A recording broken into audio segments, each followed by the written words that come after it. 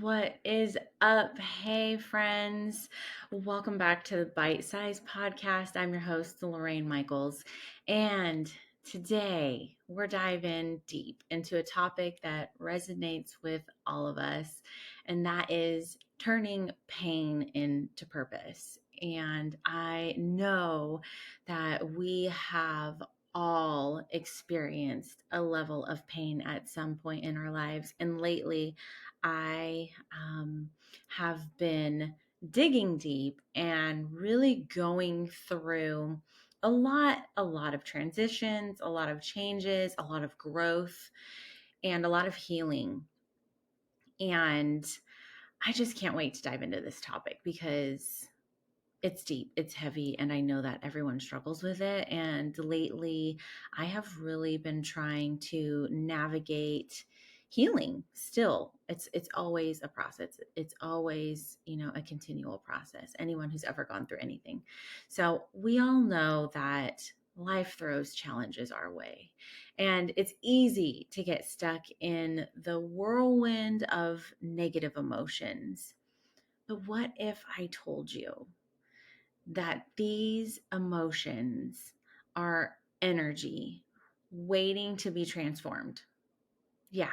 Today, we're talking about how redirecting those emotions can lead to incredible growth, both personally and professionally. So, I want to start by acknowledging that pain is a part of human experience. We've all been there. We've all felt some level of hurt, betrayal, feeling lost, feeling unheard. It's important to give ourselves permission to feel these feelings without judgment, to feel these emotions without judgment. So I really want to make sure that that is very clear, that feeling these negative emotions is not wrong and doesn't make you bad. We need to acknowledge that and allow ourselves to feel them.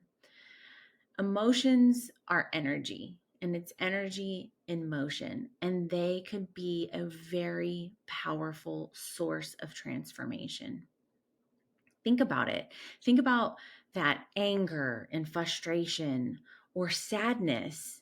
It can be redirected into actions that move you forward. I want you to think about anger, for instance, and that emotion and that energy.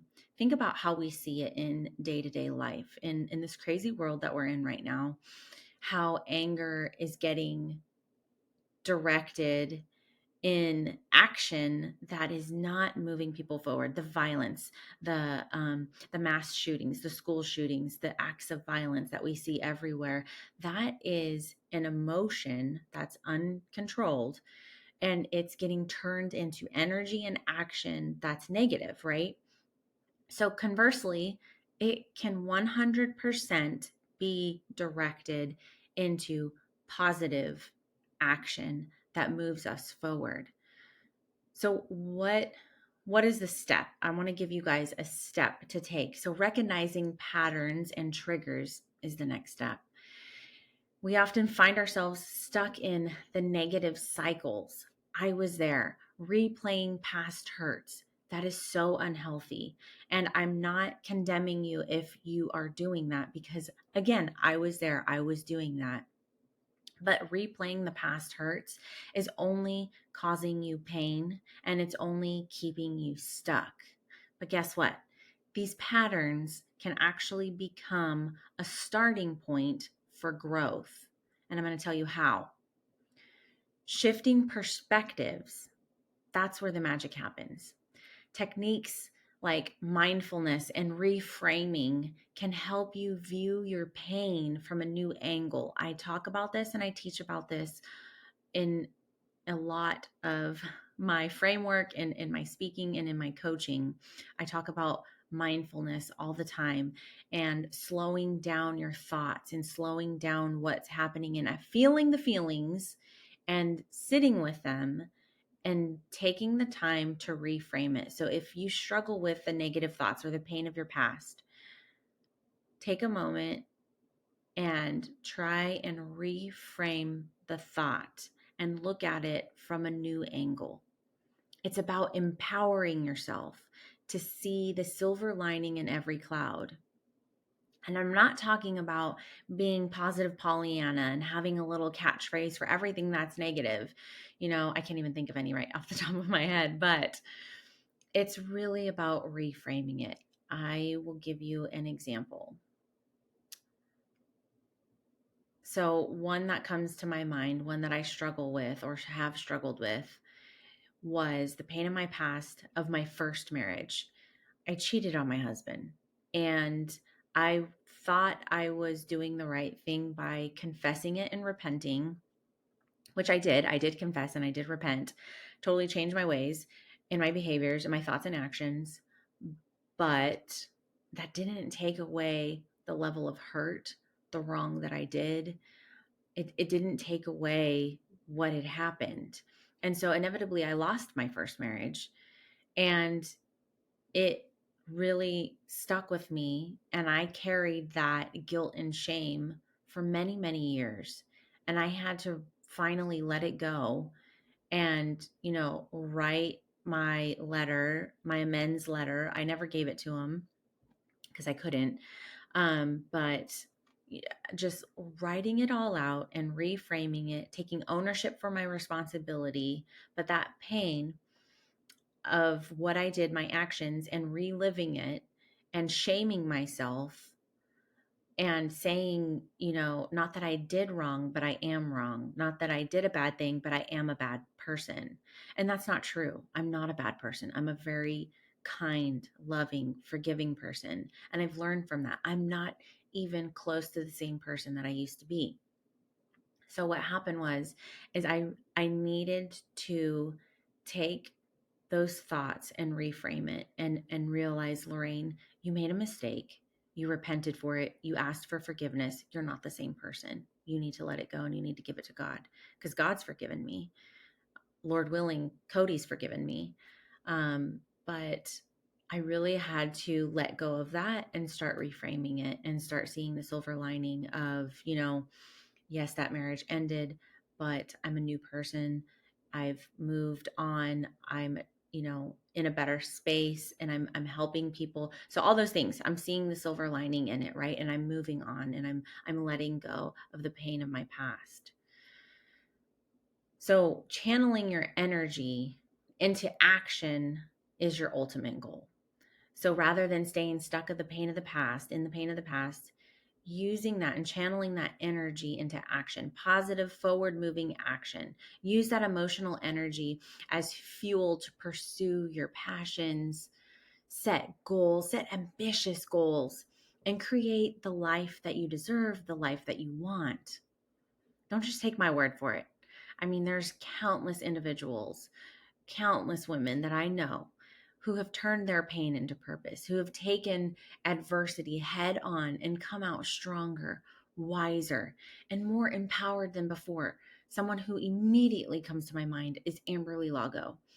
She was a fitness model. She was sponsored by Nike. She was in the fitness world, coach, trainer, you name it. She had it going on for her. And she had a horrifying accident, a horrifying motorcycle accident that left her leg damaged. They told her she'd never walk again. They told her she needed to amputate it.